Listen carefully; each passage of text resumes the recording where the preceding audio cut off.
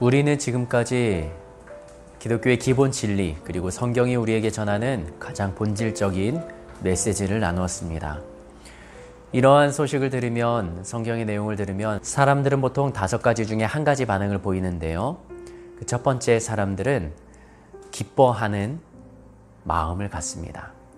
이미 복음을 받아들인 사람들은 복음의 기쁜 소식을 다시 들으면 지루해 주는 것이 아니라, 그래, 이 놀라운 축복은 내가 받아들이고 싶었던 사실이다. 하나님은 나의 주인이시고 나의 아버지이시고 나는 부족하지만 그분을 따라가고 있다는, 나를 이렇게 따라가게 해주신, 그리고 나를 위해 죽어주신 예수님 너무나 감사합니다. 이런 마음을 가지고 기뻐하는 마음을 갖죠. 두 번째 반응은 재헌신입니다.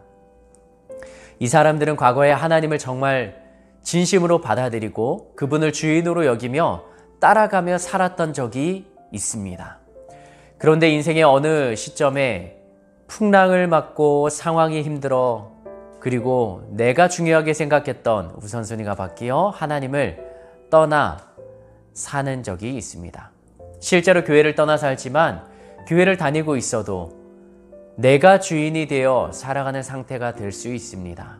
이런 사람들은 하나님의 사랑 이야기를 다시 들으면, 하나님 맞습니다. 제가 당신을 주인으로 받아들였던 적이 있는데 어리석어서, 제가 부족해서 내가 나의 주인인 것처럼 행세하며 살아왔습니다.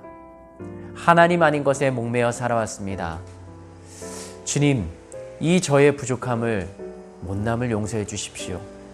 그리고 저를 기다려주신 하나님 감사합니다 하면서 재헌신하게 됩니다. 이것은 교회를 다니고 안 다니고의 문제가 아니라 마음의 주인이 누구냐 하는 우선순위의 문제입니다. 세 번째 반응은 예수님을 마음에 영접하는 것입니다.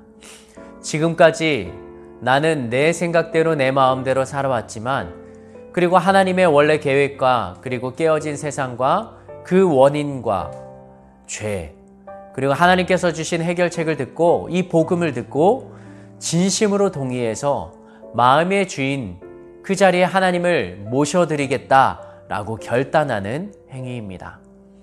영접하는 사람들 중에는 이미 교회를 다녔던 사람들일 수도 있고 모태신앙인 사람들도 있습니다. 아니면 교회를 처음 나오는 발걸음일 수도 있습니다. 예수님을 주인으로 받아들인다는 것은 이제부터 예수님을 주인으로 모시고 따르겠습니다 라는 결단과 고백입니다. 이 따라감에는 배움과 노력과 열심과 헌신도 담겨 있는 것이죠. 나를 중심으로 살아왔던 이 못난 나를 위해 대신 죽어주시고 나를 사랑해 주신 하나님의 깊은 그 은혜에 감사의 마음을 갖고, 이제부터는 내가 원하는 것이 아니라 하나님을 기쁘시게 하나님이 원하는 것을, 그리고 하나님께서 보여주셨던 삶을 따라가는 삶을 배우겠습니다 라는 고백과 결단이 있는 것이죠.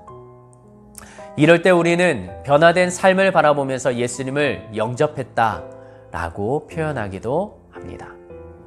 그때 성령님께서는 우리의 마음에 들어오셔서 우리 안에서 역사하기 시작하십니다. 그분이 우리를 인도해 가시기 시작하십니다. 이런 새로운 생명의 삶을 누릴 때 우리는 거듭났고 중생했다라고 표현하기도 합니다. BC와 AD가 바뀌는 순간, 예수님이 오시기 전과 예수님이 오시고 난 후가 바뀌는 삶, 인생의 가장 큰 변화의 시작입니다. 복음을 들은 사람들의 네 번째 반응은 조금 더 탐구해 보겠다 이야기합니다. 하나님의 계획과 깨어진 세상, 그리고 하나님의 해결책에 대해서 들었지만 하나님께 인생을 드리기에는 아직 내 안에서 정리되지 않은 것들이 있다고 표현하면서 아직 조금 더 고민하고 시간이 조금 더 필요한 것 같다 이야기합니다. 예수님이 어떤 분인지 모르는, 자세하게 모르는 사람들이 있을 수도 있겠습니다. 그러나 이러한 진지한 질문과 돌아봄의 시작은 굉장히 중요합니다. 억지로 믿을 필요는 없지만, 그러나 하나님께서는 이러한 중대한 탐구의 과정을 통해 하나님을 만나는 과정, 그리고 인생의 변화를 경험하고 그 결단, 자신이 내린 결단을 지지하고 응원하십니다. 그래서 이 탐구의 시간이 조금 더 지나게 되면 하나님을 믿겠다라고 결심하고 공동체 안에 들어오는 기쁨의, 회심의 시간이 따라오게 됩니다. 아직은 시간이 필요하고 아직은 나의 의지가 더욱더 굳건해져야 되고 하나님의 사랑을 더욱더 알아가고 경험하는 과정이 필요한 탐구의 시간입니다. 마지막으로는 거절입니다. 하나님의 사랑을 거절할 수 있습니다. 하나님이 주시는 구원은 인격적인 선물이기 때문에 사람은 거절할 수 있습니다. 거부할 수 있습니다. 받는 쪽이 감사와 기쁨으로 반응해야 하나님의 사랑이 우리 안에 채워지게 됩니다. 그러므로 우리가 하나님의 사랑을 거절할 수는 있지만 이 거절에 대한 책임은 스스로 자신이 지어야 하는 것입니다. 하나님 없이 살아가다가 하나님 없이 죽음을 맞아서 하나님 없는 영원한 세계에서 살아가는 것, 그러나 우리는 배우고 안 것처럼 성경이 말하는 영원한 생명, 성경이 말하는 하나님과 함께하는 삶, 그리고 그 삶이 100년 육신의 인생을 넘어서 영원히 우리의 인생을, 우리의 영혼을 책임진다 라는 그 하나님의 나라에 들어가는 것. 그래서 이 반응과 결단이 생길 수 있도록 주변에서는 또 스스로는 계속 기도해야 할 것입니다. 성령님 도와주십시오. 성령님, 하나님을 더 깊이 체험할 수 있게 도와주십시오. 그래서 이러한 5가지 반응의 과정. 첫 번째는 기뻐하는 것, 두 번째는 재헌신하는 것, 세 번째는 영접하는 것, 네 번째는 탐구하는 것, 다섯 번째는 거절하는 것. 이 5가지 반응 중에 여러분들은 어느 단계에 있습니까? 그리고 어느 단계에서 신앙생활을 이어가고 계십니까? 바라기는 기뻐함이 가득하기를 원하지만 재헌신하는 과정도 굉장히 중요합니다. 이전에 내가 형식적으로 신앙생활을 해왔다면 진실로 하나님을, 예수님을 나의 구주로 고백하며 주인으로 고백하는 영접의 단계도 필요할 수 있습니다.